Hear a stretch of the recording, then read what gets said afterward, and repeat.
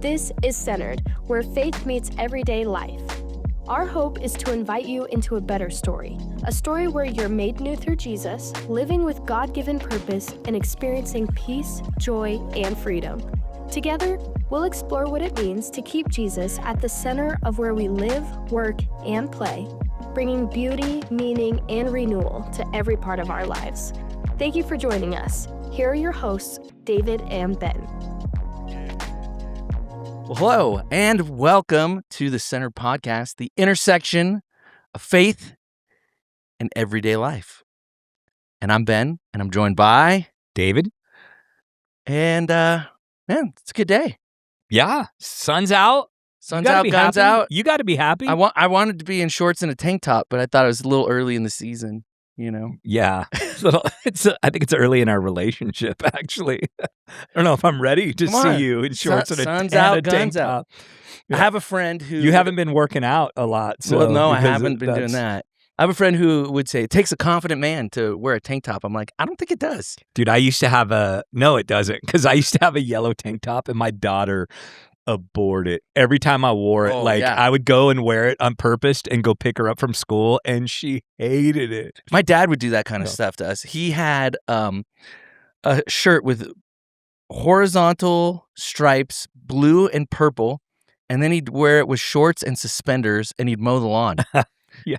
And I thought he did it to embarrass us, but I think he still wears it. He's still, yeah. So it had nothing to do with maybe you guys. he just got... Yeah. That's Julia's probably come to that recognition too. She's like, oh no, that's just how my dad dresses. He just likes that yellow tape. He's not doing this against me. It's just who he is. Yeah. It's part of being a dad though. Yeah. You know, you gotta embarrass your kids Totally. somewhat. Totally. So I try hard. do you? Sorry, Moses. You notice Julia I haven't, probably doesn't care now. haven't She's told probably any kid stories Yeah. lately in my sermon. Yeah. Yeah. Moses just finally got to that age where he's like, too old no now. thanks, Yeah. Dad. He's like, I can't do it anymore. No more tickle story? Yeah, no more those. Yeah. At least, especially when he's in the room. My kids just want me to run it by them. Yeah, that's you good. know, which I'm like, that. Yeah, you're sitting in the room. Like, that's fair. And Lauren definitely wants me to run it by her.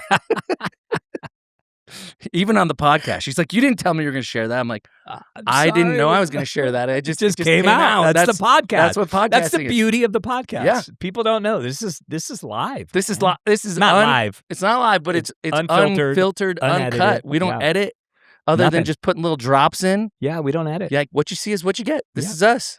Yeah, we started bleeping out Zach yesterday. Yes. You know, I feel like we saved a marriage. Well, I think we saved a marriage, but here's what's funny. Not very many people got what we were bleeping out.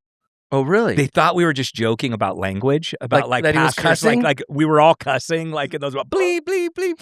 Like Well. I had two people come up to me and be like, "Oh, that was hilarious, pastors cussing like that." And I was like, "No, Nobody was we were bleeping out the age Yes. of Zach's wife." Yes, That's what we were which doing. Alexis, I hear, is a regular listener, so I just Yeah. want to say you're welcome. You're welcome. You might not actually care, but it was I still... actually don't think. Yeah, she I don't does. think she I don't does. think She's young, that's why. But it was funny. You don't care when you're young. It was funny, You right? know? Like, exactly. When you're in your 60s, you know, you're like, hey, whoa. Easy, buddy. You don't need to say my age. 60s, 70s?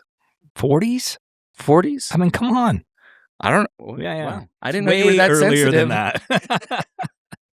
I don't want to talk about my age. You do regularly. Yeah, I do. Yeah. I do. I'm getting old. Big 5-0. Big 5-0. Yeah. I still got a few years. Yeah. You'll get there. I hope so. I'm not in a rush, but I hope I get there. Hey, we had a great Mother's Day. Mother's Day was cool. Dude, 10? Do we have like 10 kid dedications? child dedications. Yeah, that was cool. 8 families. Yeah. Yeah, and man, some of them were like really moving. The little girl reading the letter to her baby brother. That was That got me. Bro, that I was got like, me. oh, if I had Dude, and tear then when we ducts. went back and sung that song, The Blessing. The Blessing. Yeah. Oh, dude, I was in tears, bro, in that song after that child dedication. It was beautiful. No, it was so good, and everybody's just singing over like each other. Yeah, you know, it's this beautiful blessing, and so yeah, it was really great. You know, shout out to the ladies who led worship. It was beautiful. Yeah, they did a good job. Yeah, it was just a really, really good day. We had an okay sermon. Yeah, like that was the least cool thing about the weekend. Well, it's the most normal thing. It was the most normal thing. I love my favorite thing was I won't say what comment I made, but in the pre-service I made a comment about one of the songs we sung, and in our service Amy like looks over at me when that line came just up, sheepishly, and, dude, it was hilarious. Like we locked eyes. And should I be just singing this? So I apologize for what I did to your team. I apologize, Amy. I'm so sorry for David. For David, yeah. No, that was a funny moment. It was. That is funny. Yeah. No, they did phenomenal, and oh man, there was something else I was gonna say, and it's just gone. See, this is live and uncut, unfiltered. It'll come back. Yeah, it might, and if it doesn't, it probably wasn't that. That's what my dad used to say. You know, it's like nobody wasn't that important needed anyways to hear it. Yeah, exactly. Oh no, the video, and the little kids. Video, yeah. You know, like that they can't figure out what they love about they know they love their mom. Yeah, of course. Like the little girl at the beginning. They're like, what do I say? I was so glad she came up with something at the end. Like, imagine you're her mom, and this the whole video. Oh, I know going, I saw it before we did it, so I knew that would happen. But when I first saw it, I was like, dude, that's kind of mean. Yeah. Oh, painful. But it's so cute. Also, you know, Lauren was she's like, I didn't know I was so funny. Yeah, both your kids said they're she's really funny. She's really funny. She is really funny. That's awesome. I want to know this funny Lauren. Well, she's funny. Like, she's not trying to be funny. Like, she's not like she's not a jokester. Okay, you know, she's just really fun. Like, we'll mess with her. You know, we joke around with her, and just her reactions are so funny, and she's in on the joke. Like, we're not. You know, we're not mean to her. We would never bullying her. We would not be mean to Lauren, or at least I wouldn't. Sometimes they board her, and I'm like, guys, whoa. Yeah, well, that's that age, dude. Cross age. the line. I have to call Moses out all the time. Yeah. Stop being mean to your mom. Yeah. Well, and Benjamin, shout out 16th birthday today. Ooh, happy birthday, Benjamin. Yes. And he's like kind of moved past that a little bit to where he's more aware and wants to be nice. But Noah is squarely in the 13, just 14. Destroy mom age. So yesterday was a good day. They were good. They took care of mom. Good. You know, yeah, really good. That's awesome. Yeah, it was a good day. Yeah. So, but you know, every good day has good things left unsaid. And so it's time for the cutting room floor. You know, this week was, dude, I got through my whole message. Dude, okay, so I was working in the sound booth with Eddie. Yeah. And there were 9 minutes left, and you got to Revelation 2. And we were looking at each other like, there's no way. 3 tops. Yeah. He is not getting to 5. I love it. In my mind, I'm seeing you guys like pull out like dollars, like placing bets. And as it goes like back and forth, you're like wagering. I'll take 2 back. Yeah, it was really funny. But we didn't think you'd make it, but you did. I did. It was impressive. I did. Yeah. I after the sermon, I told Tara, I was like, it felt really good to preach a whole message. It's the first time all 2026. I think this might be the first whole message besides Easter. Besides Easter that I've actually preached. Easter, you shocked us. Dude, I shocked you. Yeah. I was done before you. Were not prepared for you to be done on time. You're like, whoa. What's happening? Dude, you guys were rushing up. It was so funny. I was finishing up my Easter message and there was no like pad or anything. You guys were nowhere to be found. I was like, I'm going to have to pray for a really long time. I literally looked at the screen in our green room and I was like, his eyes are closed. Run, go. We were freaking out. Dude, that's hilarious. Yeah. Not this week. You were ready. You were ready for it this week. We were ready. It's good. Man, I honestly really enjoyed this passage this week. And I think partly is because I think it really it really grabbed a hold of, I think, a deep desire of my heart, which is like more of Jesus and like more faith and more adventure and more risk. And I really have been in this season, like been drawn from the Holy Spirit to just, walk more boldly, like for Jesus and you know, in the world and in front of others and with our church and all of that. And so this was just like one of those sermons that I think just drew out what like the Holy Spirit's been working on in my heart. And I think it's a beautiful thing. And so when I sat down and began to like unpack, and I was like legitimately blown away by Peter's ability to walk on water. Like even for a short moment like that, dude, I just think that's when he's cool. the butt of all the like disciple jokes. Totally. You know, is like, and he did and said a lot of things that you could point out as like, well, probably shouldn't have said that, bro. Put your like, foot in your mouth. Maybe think then speak. But he also had incredible faith. Yeah. To even like ask the question. Totally. Like he could have get shot down. Yeah. But he asked. And that's like, then he did it. Like he asked for it and then he did it. And whether it was 2 steps, you know, I don't think it's really clear. Like, how long was it? You know, but like, I get the sense it wasn't super long, but he did it. He did it.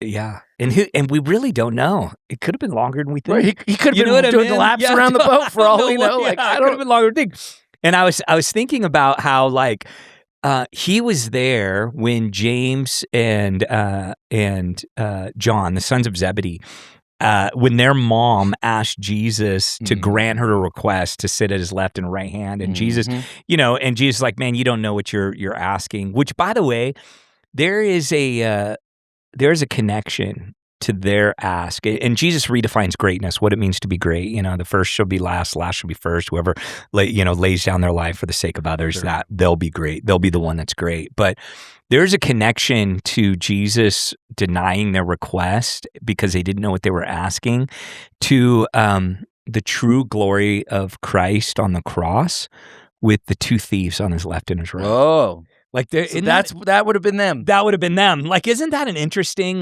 connection? So but even Peter coming out of watching Jesus like rebuke a fairly innocent request. You know what I mean? Like in that, like they wanted the greatness of God, and who knows what was going on in motives there, and who knows what's going on in Peter's motives, but. There was something that Jesus did that was impossible that Peter hungered after. And as I was unpacking this, it's like I spent a lot of time praying of like asking God to put that hunger in me. Well, and you got to think too, like you said it, Jesus knows what he's doing. Yeah. So for him to grant Peter's request implies to me some type of like purity of heart and motive, totally, in like just wanting to be with Jesus, or you know, like I don't know exactly what it was, but I feel like, you know, it kind of makes me think about how you know, people like to quote like, make your requests known to God, and you know, but like he doesn't grant every request we make, right? It really is about like our purity of heart and motives and being aligned with him and his kingdom values and what he's doing in the moment. And those are the requests that God answers in more the way we would expect. Yeah. You know, so it implies to me that Peter must have had this like really pure heart in wanting to do this with Jesus. Yeah. It was definitely a desire that was in there that came out spontaneously or in the moment, or I don't know. You know, they didn't know obviously that he was going to come walking on the water because they're all terrified, you know. Right. And when Peter found out that it was him, he's just like, I want to do that. And I just think that that's a really beautiful thing. And I wish I had a little bit more time with the church to unpack that hunger and thirst to be with Jesus, you know. And I do think that there is a cultural Christianity that runs in our culture where like salvation is like an accessory to our life, instead of the life that we actually live. And we talked about it a little bit in our lead team meeting, and it really just resonates with me right now and I can't remember what conversation I was having, but someone was talking about something, and they said something like, "Oh, they don't know what they're missing." They use that phrase. They don't know what they're missing. And I had like a legitimate passion and broken heart. Not for like just our people, but for the church in general, where I was just thinking about like all the people that are gathering, that are going to church on Sunday, like so many of them don't know what they're missing. Yeah. Well, I think it's totally true. And I think like so many of us get wrapped up in productivity and pleasure. Yeah. So like our spiritual formation, and I'm saying this from experience. I'm not I'm not. This is all of us. This is not me like piling on. Including Like, us. This is literally me. Like in the most utilitarian sense, it's not a productivity action. Yeah. Like being intimate with Jesus, like spending time with him, praying, reading the word. Like there's not an output that I can look at and go, there's the output. And pleasure, we tend to think of like relaxation, hobbies, whatever. And those are neither are bad. Right. But when we're so fixated on those two things, like we work so that we can have relaxation. Yeah. We're productive so we can experience pleasure. And when that's the framework of life and the rat race, if you would, there's not a lot of room for formation.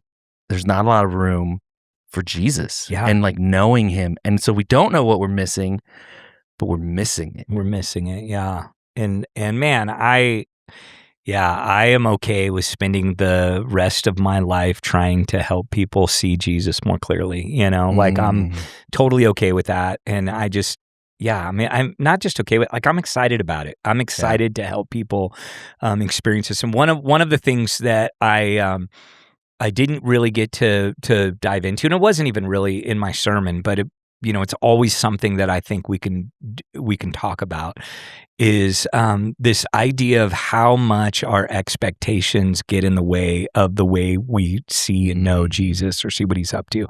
And that whole, that second point of Jesus is closer than you think is really true. Like Jesus is always present and he's always at work in a million different ways in your lives. And I think one of the things that we do, a part of discipleship, is helping people to become more attentive and aware to the presence of Jesus in their lives. And so when we talk about like spiritual disciplines like praying and fasting and scripture reading and serving and generosity and all those things, we're not talking about merely just doing what's right or doing the right thing or doing what's even good for you.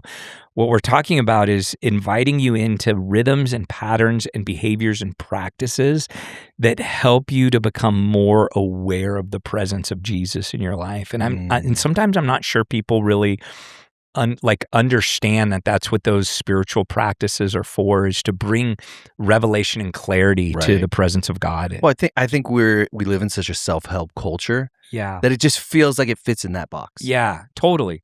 So again, the things that you said it's not about, it's healthy, it's good for, like, and those things are true of it. Yeah. But we're missing a larger picture. Yeah. And so it's so easy to just go like, I've read enough self-help stuff, or I'm not into that stuff, or whatever it is. And it's because we've lumped these spiritual practices into that category. Yeah. That's at least where my head, like, I can be really dismissive of it because I'm not interested in self-help. Totally. And oftentimes even the way we approach that text is the main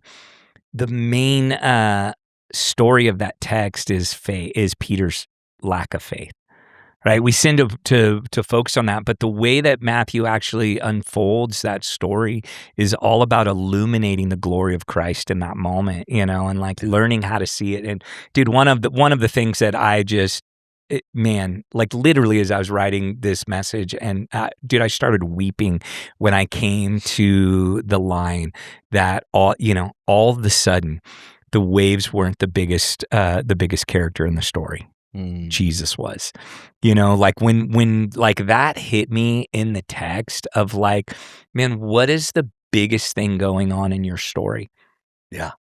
What's the biggest thing going? And if it's not Jesus, like, man, you're missing out on the beauty of what could be happening in that moment. And we want to make the biggest thing going on in our lives about this or that or something else, and we get distracted from. And Tara thought it was hilarious when I said, if it doesn't rhyme with Jesus. Yeah, that was funny. Yeah. We were coming up with things in the booth. We're like, Cheez-Its? Cheez-Its? What else? Please us? I don't know. Like, that's funny. Yeah. No, it was funny. Yeah, well, and I think like, we make this passage so much about faith, and certainly there's a faith component to it. Yeah, of course. Yeah. But to make it also about focus is really important. And so like, in that analogy of the storm, like if Jesus isn't the biggest thing, then we're not fixed on him. We're not focused on him. And that's where we begin to sink. Yeah. And we get consumed by those things, and those things begin to start making, and man, there's so many things that loom larger than Jesus in our lives. And I mean that in a negative way. Yeah. There's so many things that loom larger than Jesus in our lives, past experience, hurts, failures, shame, guilt, all of these things. And what's funny is the gospel's actually designed to swallow those things up so Jesus can actually loom larger over those things. He can stand on top of them. And that's the beauty of the gospel message, is like, we do not have to stay in shame and guilt and anxiety and bitterness and unforgiveness. Like it's when our stories are small that those things are large, what I mean? But when we have the big story of Christ walking on the water, coming into our lives, inviting us to walk out of him, all of a sudden those things disappear, Yeah. And we need more of that. We need more of that big Christ invitation in our lives. And so, that was a big one. The second thing I didn't get a chance to really address was I didn't get a chance to really sit in what was happening with Peter is when he was when actually faith was being defined as Christ's presence, Christ's power, and Christ's promises. And so when we start aligning our lives around those three things, that's when we really start making sense out of stuff in life. Pain, suffering, hurt, abuse, whatever is going on in your life, like those are the things that can really start to bring healing and meaning to even the worst parts of our story in there. And that's hard. Like when we really don't understand that it really is about being close to Jesus. It really is about operating in his strength, not our own. And he really does have a plan and a purpose for our lives. And when we start realizing that's his promise, his purposes that are like running through the background of our lives, that's the fullness of faith. And oftentimes what we do is we settle for one of those things, but not all of those things. And really it cancels out, right? So if you don't have, you can't just have one of those things and be like, oh, I'm okay. I got his promises. So I'm good to go. I got his purposes. So I'm good to go. I'm going to live for Jesus. Yeah. I'm good to go with this. And it's like, no, you don't have his presence or his power to accomplish those purposes. And so you're going to find yourself frustrated or further away from Jesus than you actually need to be in that moment. And they seem to build on each other. Yeah, they do. Like God's promise or his purposes don't seem to really do everything we need them to do without his presence. Yeah. So like it all starts with just like this recognition of his presence, and then we can build upon that. And so like I liked, you said something about how Jesus just walks right into our storm. Yeah. And I think it's a really great visual to like whatever that is, guilt, shame, pain, divorce, whatever it is that we're dealing with, to know that Jesus is just like Boom. walking in. It is I. Yeah. And the great I am, I'm here. Yeah. And I have, my presence, my power, and my plan for you. And I think it's really powerful, to like harken back to that image of Jesus just walking into it. Totally. Yeah, it's good. You want to have some fun? Yeah. Just for funsies. Okay, just for funsies. So I'm calling this "Who Said It Better." Who said it? Who said it better? Okay, who said it better? Because you quoted the great theologian Mike Tyson. Yeah. But I couldn't help but notice you didn't use the voice. Oh, missed opportunity. I should have used the list. I was the Mike Tyson list. I was so disappointed in you. Oh.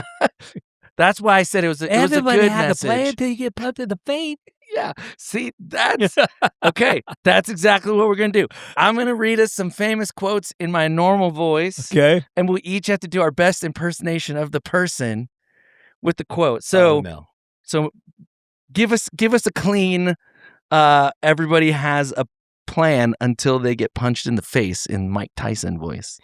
Everybody has a plan until they get punched in the face. That's so great.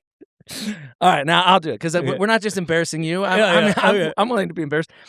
Everybody has a plan until they get punched in the face. There you go.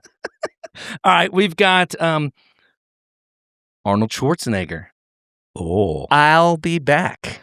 I'll be back. Oh, that's good. Yeah, I'll be back. I feel like Bach. I don't know why he said the composer. Anyways, kind of Germanic thing going on. Yoda. Do or do not. There is no try. I cannot do a Yoda. I cannot. I don't have a Yoda. Come on, give us your best. Yoda. What you got? Do or do not. You got a Yoda. Do or do not. There is no try. You sound a little dark. Yeah, I went dark. Dark Yoda. This is one I have a hard time with. Chris Lord has so good. Christopher Walken. Oh, I gotta have more cowbell. Yeah, I don't have a Christopher. You gotta do it. Gotta have more cowbell. I gotta have more cowbell. There you go. I don't know. Yeah. I don't. Ask Chris for his Christopher Walken. He's a character. It's so good. He is a character. Simple one. Yeah. This one you can do. Okay. Guaranteed. Okay. Batman. Yep. I'm Batman. Oh, I'm Batman. Yeah, that's good. I'm Batman. I feel like he's very dark. Yeah. He's got a gruff voice too. Yeah, I'm Batman. Forrest Gump. Life is like a box of chocolates. I feel like you're trapping me. Making fun of someone. I'm doing it who's too. handicapped. No, that's not the point. It's Tom Hanks. I feel like this is gonna go on like some sort of like viral pastor fail. Yeah, this pastor makes fun of. Yeah, life is like a box of chocolates. You never know what you're gonna get. That's good. Life is like a box of chocolates. You never know what you're gonna get. All right. We'll go much safer. Morgan Freeman. This will be the last. We'll have a bonus one after this, but Morgan Freeman, like anything you want. Just give us some Morgan Freeman. What's one of his? I don't know. So the only thing I could think of with Morgan Freeman was actually Frank Caliendo doing Morgan Freeman, and he's doing the Allen Iverson practice rant. And so if you don't know Allen Iverson, he has this big press conference about practice, and he missed practice, and everyone's asking questions. Yeah. Like, practice? Why are we talking about practice? We're not talking about the game. We're talking about practice. And so then there's this, Caliendo does it in Morgan Freeman's voice. He's like, practice. We're talking about practice, man. Not the game. I don't know. But I don't have a good Morgan Freeman. I can't do Morgan Freeman. He played God. Yeah. I can't. Dude, come on. You can't impersonate. I can't impersonate someone impersonating God. I don't know that you have any theological backing for that. No, I don't. It's a personal conviction. Okay, so now here's the bonus round. Yeah. Pick any one of those voices you want. Yeah. And say, Jesus is closer than you think. Oh. But pick one. Jesus is closer than you think. You picked the one that was going to get you in trouble? Well, now it is going to go viral. Jeez. There you go. All right, I got mine. Mine. Closer than you think. Jesus is. I knew you were going to do that one. I knew Yoda.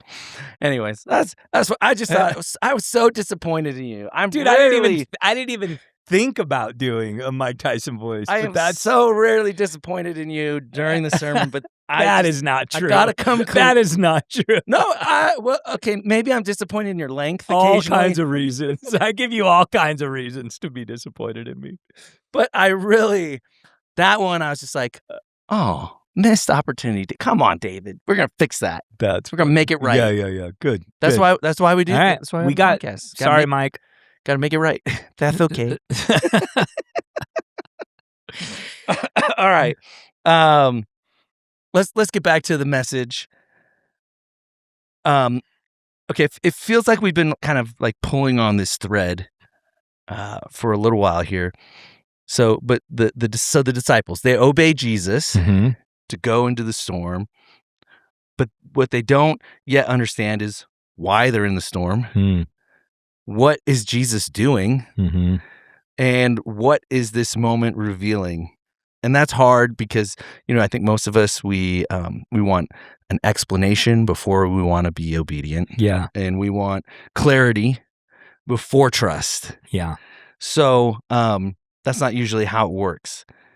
How do we stay faithful in seasons where we've obeyed God, but the process still doesn't make sense, and what keeps us from becoming cynical in those seasons? Yeah, I mean, I think the part of our struggle, just as humans, is we want outcomes more than we want the person Jesus. Yeah.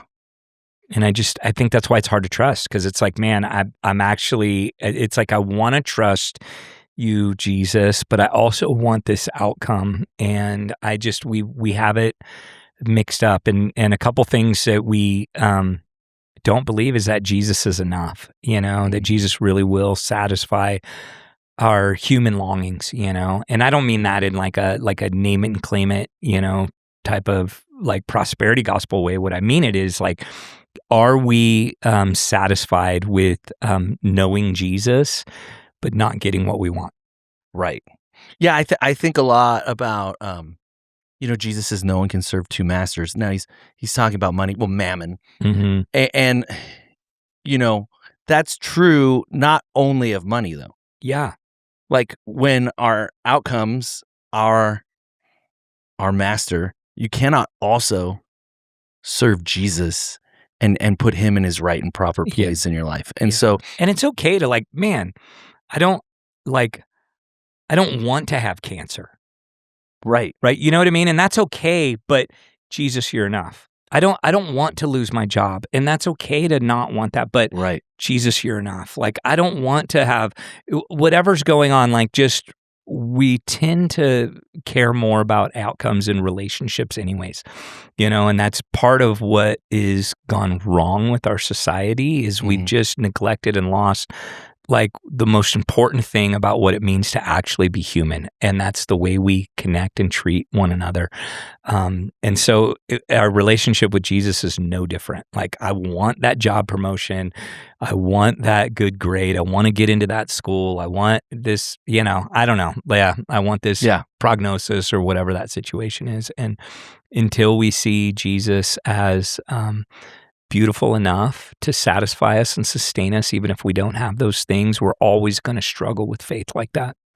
Yeah, no, I think that's good. And I think it's like, we can kind of see it in human relationships. Yeah. My wife would say that I frustrate her. I believe you. Yeah, I also frustrate you. I'm just kidding. But Yeah.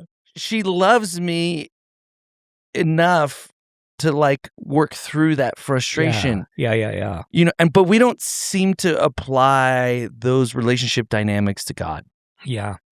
Where we trust him enough to deal with the pain points of not getting what we want. Yeah. We instead get angry. Totally. Or frustrated with God. And that it's not to say there's no place for it. There's actually plenty of space for that. But instead of going to God with our frustration in the way that we would likely go to our spouse and say, we got to talk this out, we got to work this out because I value this relationship, we just get bitter. Yeah. And man, there were so many moments in Tara and I's life, as we're like, choosing a life of ministry and church planting and serving the Lord was like always like, we would get to these really difficult parts in life, and we'd be frustrated or disappointed or scared, have anxiety about certain things. And there was always this moment where Tara and I would come together and we would look at each other and we would say, as long as I have you, it's going to be okay. As long as we're together, like it's going to be okay. Yeah. And there is that sense of like our relationship with God that's as simple as that. Like, was it bad for us to be scared or no, those were totally normal, but what was stronger than that was our love for one another and knowing that we were able to be okay as long as we had, like we would joke, we'd be like, yep, I guess we'll be living in a box together, but we'll have each other, and it's it's okay, like that's okay. Like very similarly, like I've had that same thing with, I'm just like, man, I don't care where we live, I don't care what we do, like as long as I have you, we're good, as long as we're together, we're good. Yeah. But we don't seem to have that same type of affection for Jesus. Yeah. Yeah. And I get that it's a different kind of relationship.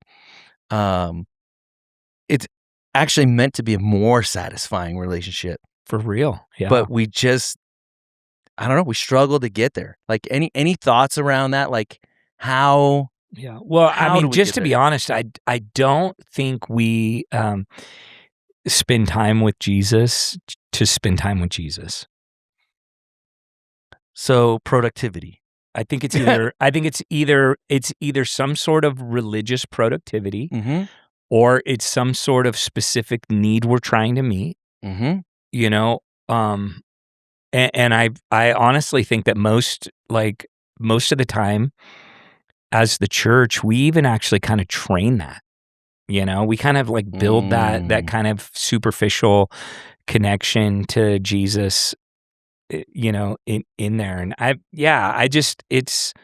it's a part of my own struggle in my own life is coming in and out of that relationship with Jesus. Zach talked about it the week before, right. Like his whole thing. And I just think that that's more common than we would like to admit. And I think most Christians have had that moment of deep love and affection for Jesus that has caused them to like turn their life around, but they haven't done what it takes to like continue to walk in that.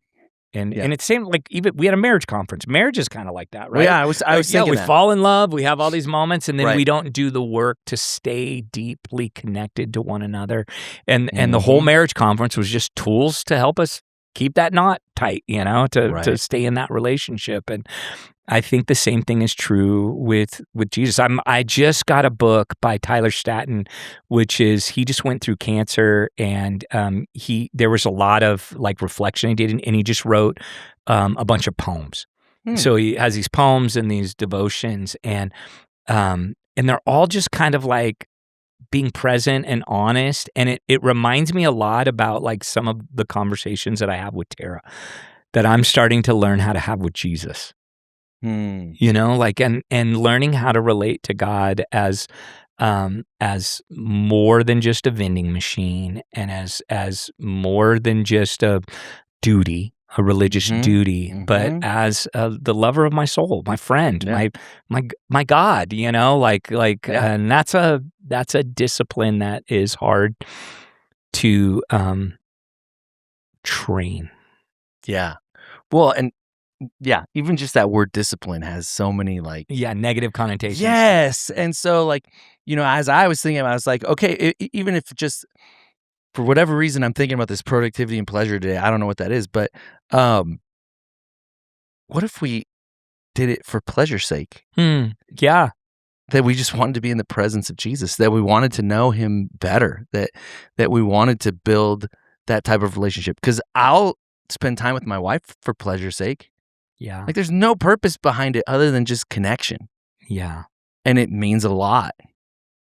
But it's harder to do that with Jesus. And I think some of it's just like cultivating that mindset or discipline. But and we've talked a lot about that, about, if you think about how we communicate oftentimes in the church, the gospel message is, which I think does such a disservice to what we're talking about right now, that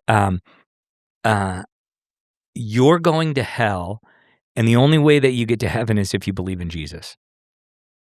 So immediately the gospel has just become, it's just become this means to an end. Jesus has just become a means to an end. I don't want to go to hell. I don't want to go to heaven. Like, Jesus, I believe in you. You know what I mean? And that is, man, like that is so far from who God is and what he wants for us. And I feel so bad for people who are stuck in that linear, small vision of the good news about Jesus. Like he really has come to give us life and life overflowing. And when we learn to see Jesus as beautiful and not just useful, that's when freedom and life and the abundance actually really starts to come in that. And that's when I'm able to like sit down and without an ounce of condemnation or shame, start to confess what's broken in me. And just have a friend who listens and comes alongside me and begins to work his healing work in me, and the like the ministry of presence, that he has in our lives. It can be really beautiful if we allow it. And it's a great question. And I do think it's a conversation. Like if you're sitting out there listening to this and being like, the whole takeaway from this conversation is awareness. Like there's more in your relationship with Jesus than just fire insurance or healing from a wound or becoming a better version of yourself or whatever has been kind of subtly communicated to you at the church. But at the end of the day, Jesus wants to be reconciled relationally with you. Like he wants you to know him, and he wants to know you. He wants you to be known by him. And we have to figure out how to organize our lives primarily around that. And that's what Jesus says, seek ye first the kingdom of heaven and his righteousness, and all these other things will be added to you. All the things you're worried about and scared about, but whatever the storms that you're in the middle of, all those things will be addressed, but through relationship. Right. Through connection, through intimacy, that's his plan. Yeah. We chase after wholeness or things that'll make us better. Yeah. Instead of chasing after the person who will make us whole. Totally. Yeah. And it's like this, it's the subtlest. It's very subtle thing. Yeah. The end result is the same, but one is a futile activity, just chasing wholeness. Yeah. For wholeness sake. And you never obtain it. Never. And the other is chasing your creator. Yeah. Who loves you, is for you, and wants to give you that fullest expression of life that you could ever know, that wholeness. And that's where you find it. So it is subtle, but I think it's an important distinction. I remember when we was talking about how I never talk about Moses stories, but I'm talking about talking about Moses story. When we went through like this thing, I don't know. It seems like puzzles was like a part of the whole like COVID like thing. And Moses was a little bit younger, but he would he's not good at puzzles. Like he just didn't have the patience for it. But he always tried to make a puzzle piece fit into a place it wasn't supposed to be. And he's like, look, I got it. I'm like, no, that's not the right piece, dude. It's like obvious it's there. But I feel like that's what we do in our relationship with Jesus. Yeah. Like there is this like Jesus cut hole in our hearts that if we allow him to fill it, it clicks. Like life just begins to click and things need to begin to make sense. And it's almost like you don't know until you have the right piece in there. Because there's pieces that are like, well, it kind of fits in there. It kind of looks good. It kind of matches. It kind of does what it's supposed to do, but it's not the thing.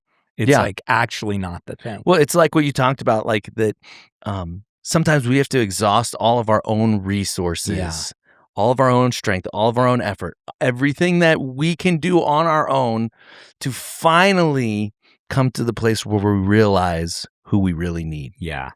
And like, that's one, really hard. You're like, I don't like that. No, like, man, I'm pretty competent. I think I'm a sharp guy. Yeah. I'd like to think I can figure out some simple things. And yet, like, there's just, even recently, there's just been some moments where I'm just like, God, I don't know. Yeah. But I know you know. I know you have a path and a way. And he makes a way. Yeah. And I'm literally just like, I don't want to miss that, first of all, because I think it's just really easy to go through life and go, oh, that worked out. Yeah. But to actually recognize, like, no, that was God. So that I just keep returning to that source. Yeah. Because I'm not smart enough to just do it because it makes sense. And I actually need to experience it. Yeah. And so when I experience it, I can go, I remember, like, that's how this worked out. Not because I came up with a plan, not because I did anything, no, because I just went to Jesus. I said, I don't know, I need your help. And he provided. Yeah. It is crazy. Every time. Yeah, and I think I didn't bring this up. I thought about this when I was writing the sermon, the idea of like I feel like the church goes through these like pendulum swings, and it's like constantly and not like even our church, like even I do it, like in my preaching, it's like this like pendulum from deprecating, like you're awful, you're bad, you're a sinner, you need help, you need Jesus to, and then affirmation, you're stronger than you think, the human condition, and it's like we just go back and forth, and I think the key to this passage really is has nothing to do with the deprecated self or the affirmed self, but it has to do with the glory of Jesus. And like what you said, where our focus is, what we are looking at.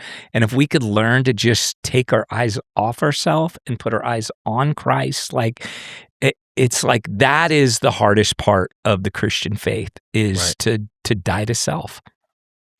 Absolutely. And it's such a subtle nuance of like making this passage about faith or focus. Yeah. Because faith, on the one hand, whoa, man, Peter had extraordinary faith. Yeah. Like, I honestly, any of us who are being honest, like, I don't know that we could actually step out of that boat. No. Like, I would be very surprised if I did that. Yeah. But then we'll comment on like, well, but he also lacked faith because he started sinking. And I was like, or he lost focus. Like, that's a very different thing. Totally. Because it's this. Well, the faith issue is just real. Like, that's just true. And I feel like that. And I started out with the idea of like, this is actually a story about the Christian journey.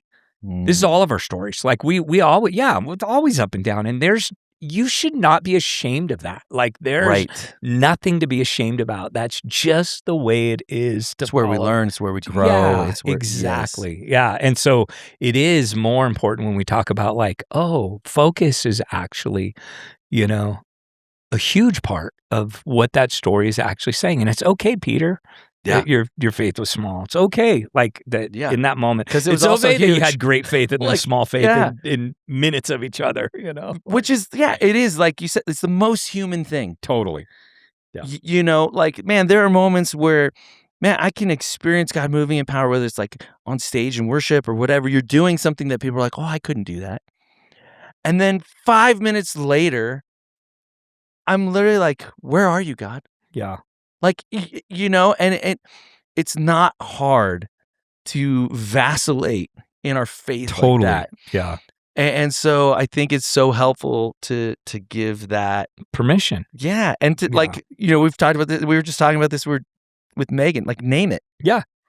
Just Totally. Just say like, yeah, that's real. My faith is Which up is and all down. Jesus is doing in that moment, is he's just naming the reality of what the human condition is, and then showing us that he's there through it all. Like he is there through it all. No matter what happens in our faith, Jesus' faithfulness never wanes. It never vacillates. It never, and that's the glory of that passage is like, oh, Jesus, you're different.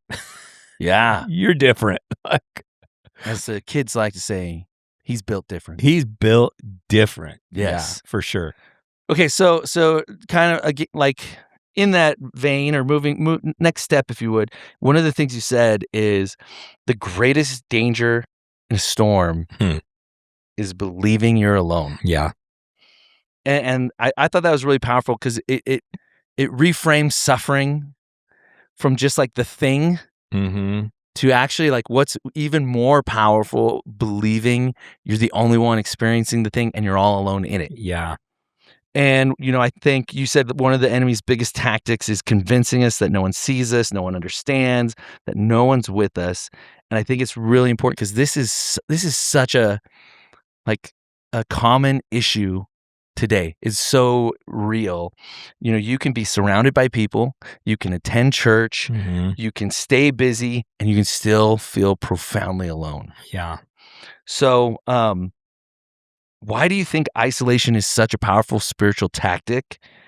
And what keeps us from letting people into the places that we feel alone? Yeah. Well, I think starting with the second question is, I think shame is that, and two, we see both of. So it's funny. We started the year out in the beginning in Genesis story, which is like the defining characteristic of like defining God, defining the world we live in, defining humanity, defining sin and defining the promise that God makes to rescue us out of that. And so it is a powerful framework for how we view the world that we live in. And so the second part, the reason we have such a hard time letting people in is because we're embarrassed. We have shame. We don't want people to think less of us, and we don't want people to judge us. We want to appear, and man, I get that. Nobody wants to look foolish or when we've experienced it. Yeah. Like we've let people in. Yep. And been rejected, ridiculed, whatever the thing is. Yeah. And so, there is this like natural tendency. Like, I don't want to experience that again. Yeah, exactly. And we talk about this in my Grow Together class, the way I have an experience when I was at a water park and someone was picking on my girlfriend and I didn't stand up to him.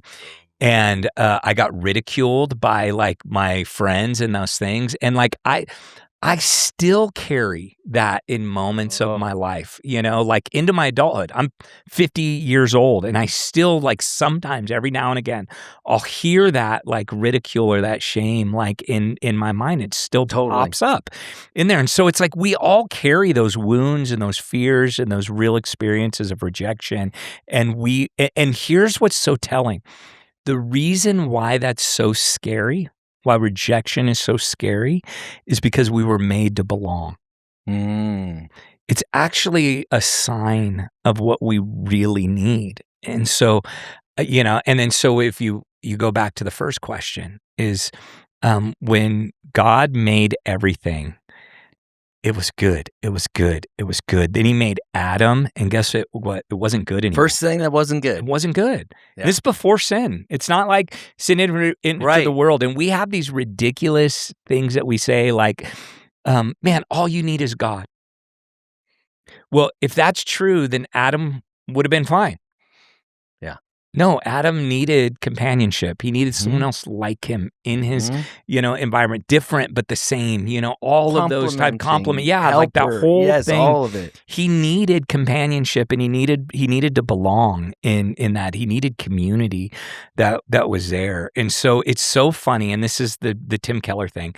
The very thing that we long for the most is to be known becomes the thing we're most afraid of. Is that if we're really known, we'll be rejected, right? And that's just that weird combination that comes together. And so, what was your original question? Well, just, why is it such a powerful spiritual tactic? Yeah. Just because we're made for it. Like, we're legitimately made for that. And I think, the enemy knows that if he can keep us separated from one another, that it's our togetherness where we actually experience the image of God in one another. And the enemy doesn't want the image of God to be bared in the world. And individuality and isolation is actually not the full expression of the image of God. Only together, only community is. Only it's not good to be alone is that fuller expression of being made in the image of God. Which makes sense, because I think for most of us, some of our most powerful memories are the places we've been rejected. Totally. Oh, for sure. So it's not only like this. I actually think it's those powerful memories that keep us from doing it, more than like this awareness that I need connection in that way. Yeah. And it's not just psychologically. Dude, it's actually biological. Babies will die if they don't have human touch. Wild. Is that no? I mean, they do the whole Well, 15 years ago they did the whole skin to skin. I'm assuming they still do that. That's the and whole thing. So it's like, you have a baby, and the first thing they want to do, clean it up alone. Yep. And then put it on the mother's chest, right? Yes. Skin to skin. Like that intimacy, touch. immediately, connection. And they actually did not an intentional experience, but they had a major during, I forget, one of the wars, where they had all of these not wars. It was like a pandemic, like a disease, where all these mothers were dying, and they had all these orphanages of these kids, and they didn't have enough people to hold these kids, and so these kids who weren't held literally went crazy and died. They literally cried themselves to death because they had no human interaction or touch. And it's not just emotional; it's actually biological. We're created for that type of connection. And so the enemy loves that, man.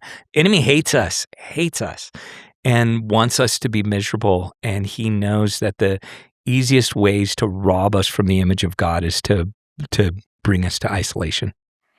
Yeah, that's powerful. And I think it is a good encouragement to us to be aware of that. Yeah. And fight against it. Yep. Find a safe space. And that's scary. It can be really scary. Sometimes you have a safe space and it's scary. Yeah.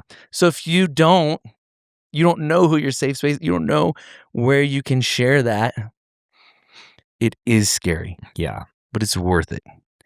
And there is no promise that you'll be loved, known, there is risk, obviously. There's always risk. Yeah. But there's also a God who is in the midst of all of it. He's in your storm with you. Yeah. And it's funny how controlled and curated relationships are now with social media. Like even dating. So we had these dances in middle school. Like this, basically my generation when we started dating was like middle school. And we would have to literally walk across the dance floor and go ask someone to dance and have the possibility of getting rejected. And literally, one side of the floor was the guys, and one side of the girls. And everybody saw. So everybody knew. You either walked on the dance floor with that person or you walked back to your friend group. Head down, tail between your legs. Yeah, totally. And I've experienced both of those realities, and it was good for you. We need to learn how to take some risks. And this is part of what the generations under me have grown up with is we are so protective of hurting feelings that we've taught people not to risk anymore. Yeah, we're risk averse, yeah. and that's like the phenomenon of helicopter parenting, right? Is we teach our kids that the most important thing is your safety. Yeah, that's not the most important thing, right? It is. It's on the list. Yeah. There are risks that you should not take. There are, we should be safe, but it's not the most important thing. But when we teach our kids, intentionally or unintentionally, that it creates some unintended consequences. Yeah. Where we won't take risks. Yep. We won't put ourselves out there. Yeah. And we won't have And calculated rejection is way better than isolation. Yes. That's really important, actually. Yeah. It's better, it's better to have loved than lost. Totally. But Yeah. it's better to have pursued connection and be rejected than to never have done that. Done that. Yeah. And I think that's an important thing for. And I say calculate because you don't want to be in unsafe places. You don't want to overshare. Right. You don't, you want to be calculated in that. And there's things to do, but you got to take risks, and there's always risk for that. And also, rejection's not the worst thing in the world. No, it communicates a lot. It can actually make you stronger, better. You learn about yourself and about others. Yeah. And so, I think that's a really important distinction. It's a worthwhile risk.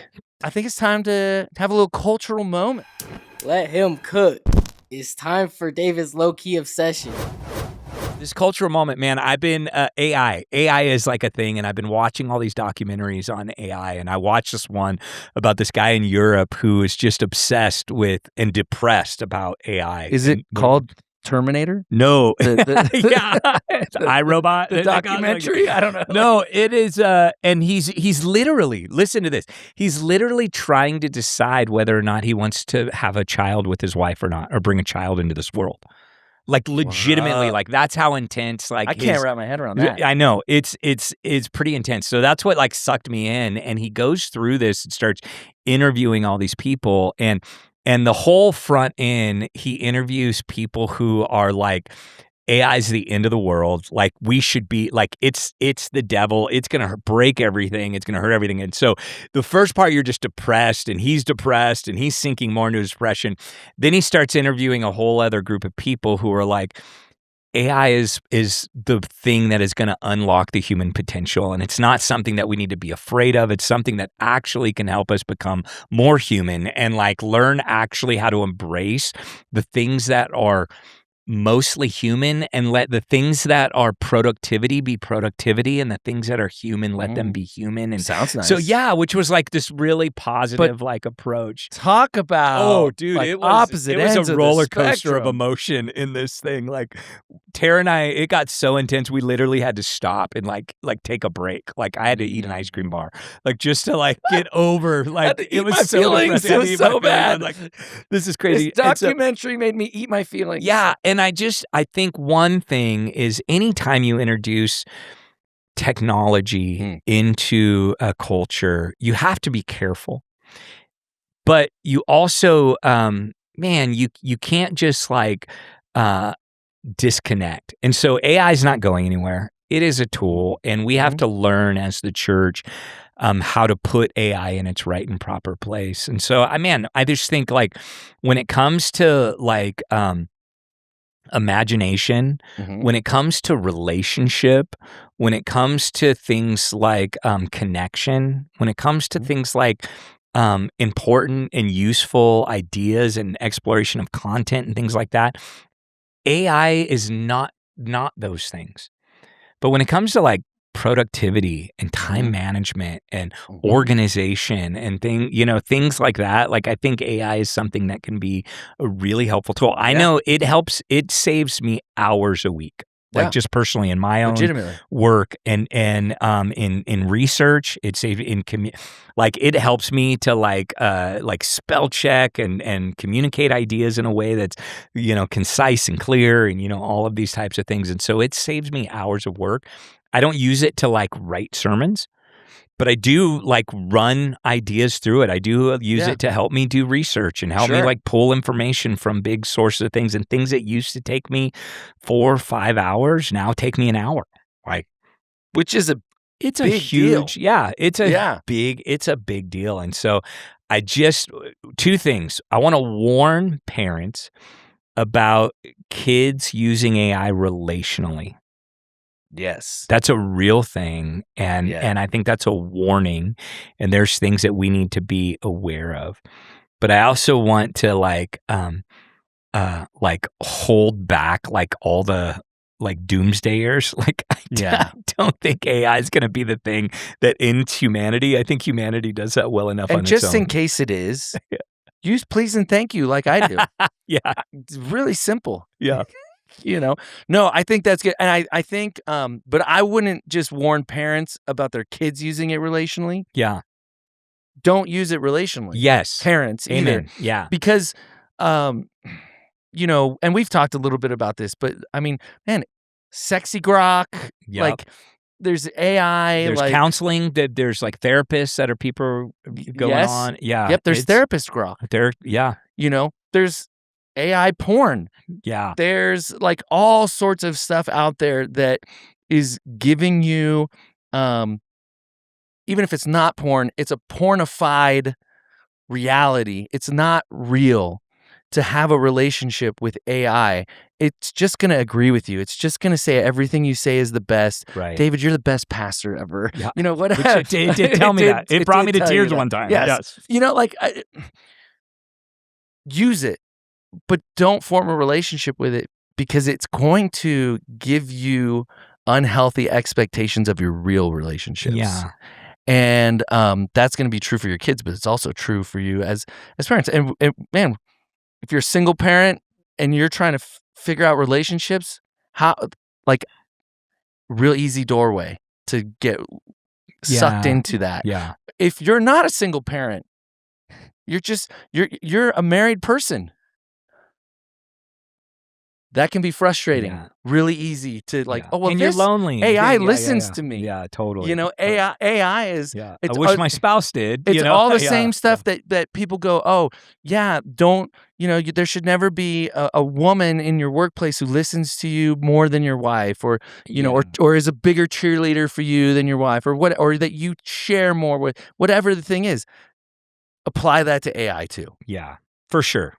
Yeah. And I also think AI has some massive amounts of potential to help us be more creative and imaginative. And I do think that there's some really positive things that can happen if we can figure out the energy thing. I know that's the big thing. Yeah.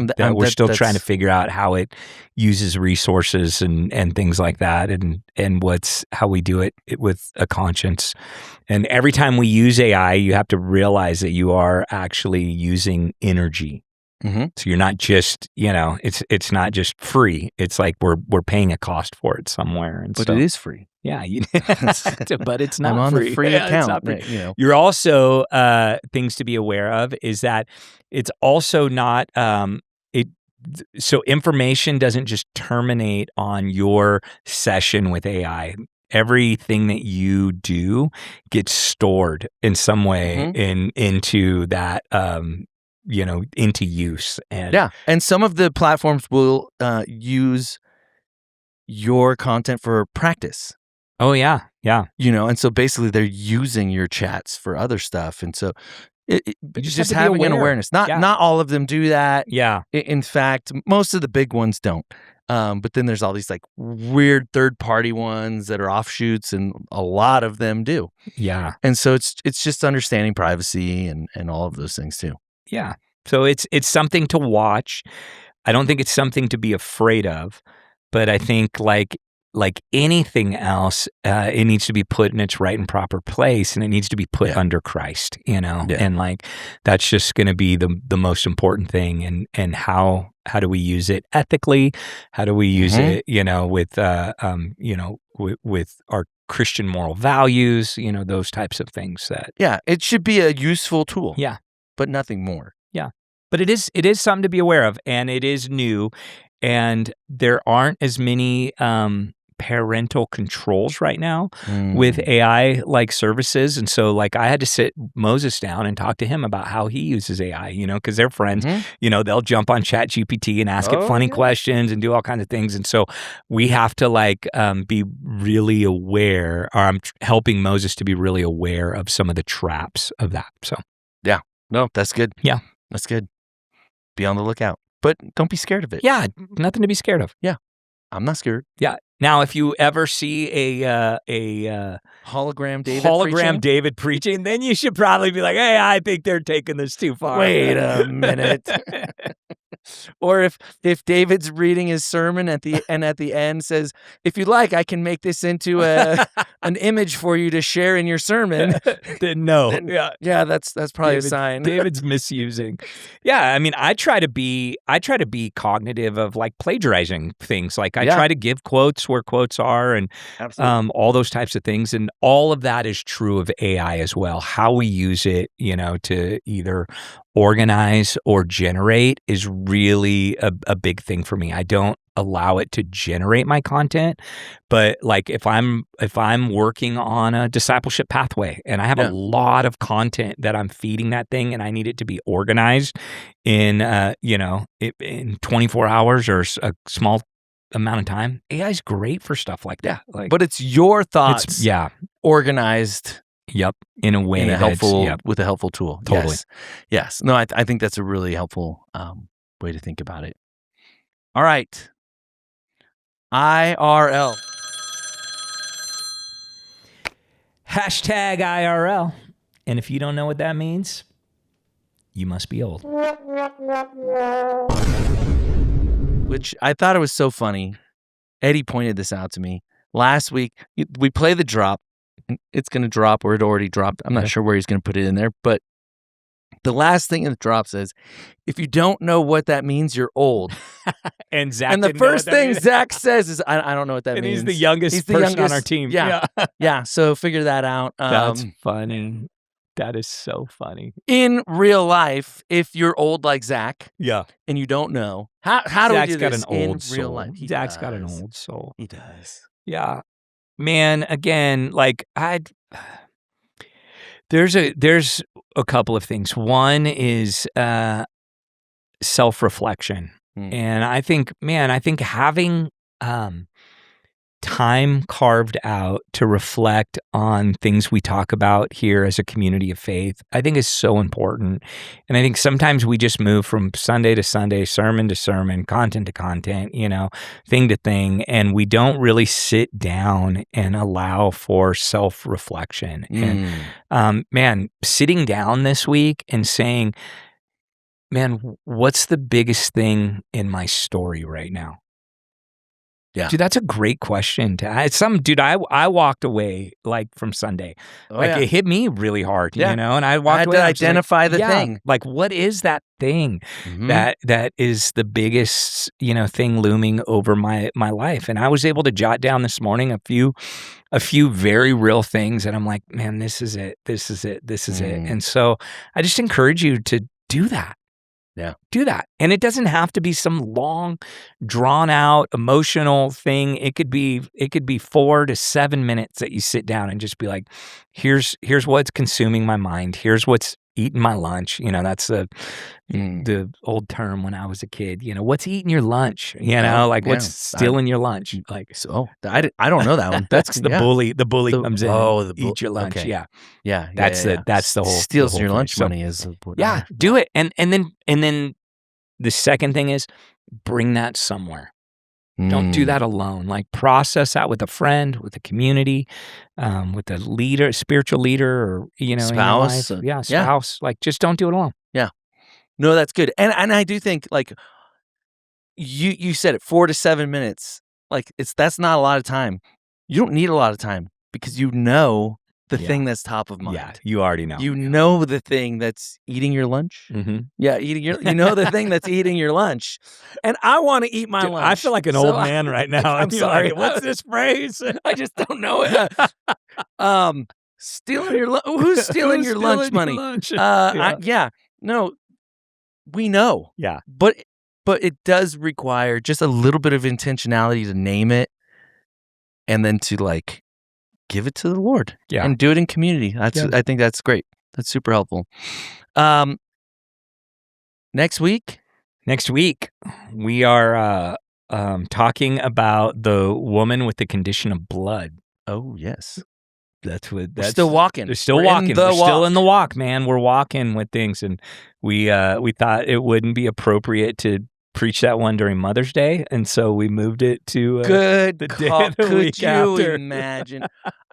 Okay, so we Talk were about sermon planning fails. we were doing a series, like a book of the Bible, and you just kind of go you just follow the text, Yep.